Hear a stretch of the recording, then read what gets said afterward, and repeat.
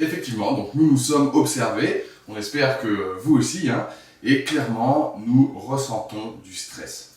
Et c'est pas facile, hein, quand je suis stressé, de réagir à un comportement de mon enfant. Alors, qu'est-ce qui se passe concrètement à l'intérieur de nous dans ces moments-là? Comprenons mieux ce qui se passe. J'ai beaucoup aimé l'image d'un neurophysiologiste, Daniel Siegel. Il dit, notre cerveau, voilà, ça c'est un peu comme le tronc cérébral, on peut imaginer. Ici, la base du cerveau, et lorsque je replie mon pouce comme cela, eh bien ça forme ce qu'on appelle le cerveau limbique, toute cette zone du cerveau qui traite justement les réactions de stress, les émotions et un certain nombre de régulations de tout ce qui se passe dans notre corps. Ensuite, eh bien, se construit tout autour qui recouvre le système limbique. Il y a tout le néocortex. Avec cette zone frontale, alors zone frontale, en fait, ça se passe comme ça, hein, c'est ici la zone frontale qui régule les émotions, entre autres, que c'est aussi notre partie qui est capable d'anticiper. Nous reviendrons sur ce cortex préfrontal plusieurs fois au cours de ce programme. Et donc, ici, nous avons ce cerveau frontal qui est capable de réguler les émotions. Seulement voilà, lorsqu'il y a une situation de risque, de danger, tout simplement, à un moment où on est trop fatigué, on n'a plus les capacités de réfléchir, eh bien, zouip, c'est comme si notre cerveau frontal n'était plus présent pour réguler et comme si nous étions en direct avec nos réactions de stress. Bien évidemment, si mon enfant est en réaction de stress comme ça et que moi je suis face à lui, et neurones miroirs oblige, et oui, on va voir les neurones miroirs aussi, à un autre moment dans le programme. En tout cas, c'est cette capacité que nous avons à imiter, à sentir ce qui se passe pour l'autre. Eh bien, hop, nous avons tendance, nous aussi, à nous énerver, ce qui rend encore plus stressé l'enfant. Bref, très souvent, c'est stress, stress, stress. L'objectif maintenant, eh bien, c'est de permettre que tous les deux nous revenions au calme. Et nous allons d'abord voir un certain nombre d'outils pour que nous, le parent, nous puissions revenir au calme, mettre notre masque à oxygène et bien sûr, toutes ces techniques, tous ces petits outils, nous pourrons ensuite les enseigner à nos enfants. Voyons donc comment gérer notre stress, comment calmer ces réactions excessives à l'intérieur de nous. Donc, repartons de l'amygdale. L'amygdale dans notre cerveau, une petite zone limbique, déclenche cette réaction avec l'adrénaline, le cortisol dans l'organisme.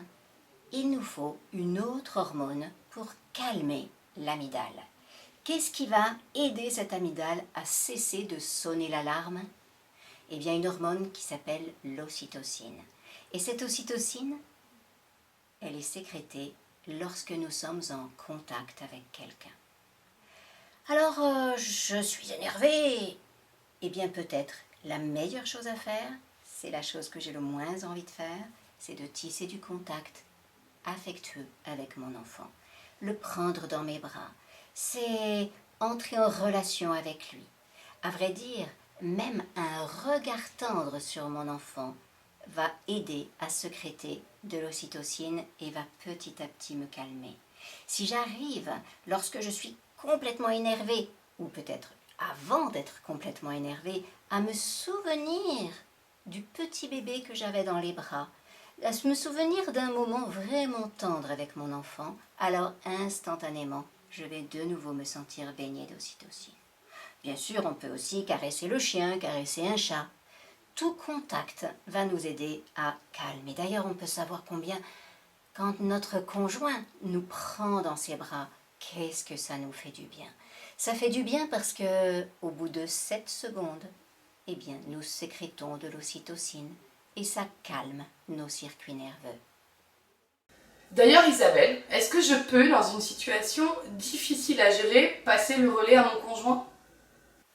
Et oui, Camille et Olivier, nous pouvons aussi nous aider lorsque nous sommes deux parents. Un des deux parents commence à perdre patience, l'autre peut aller vers lui et le prendre dans les bras. Voilà, voilà, je suis là. Simplement ce contact physique va permettre, dans un premier temps, la personne va dire « Ah non, laisse-moi » et tout. Mais nous, on reste là. Voilà, je suis là. Et petit à petit, 7 secondes pour permettre à l'ocytocine d'être sécrétée, de calmer notre amygdale et de revenir à l'intérieur de nous, au plein de toutes nos capacités. Alors, nous, on pratique la technique du voilà, donc depuis qu'Isabelle nous a appris les bienfaits d'un câlin.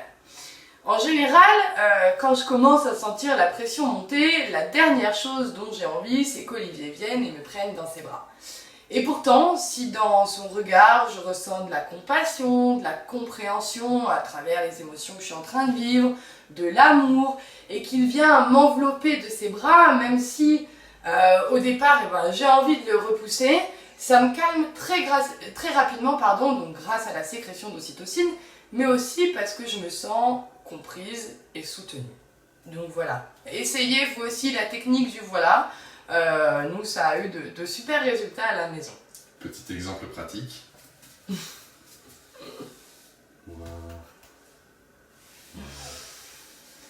À très bientôt. À très vite pour la prochaine vidéo.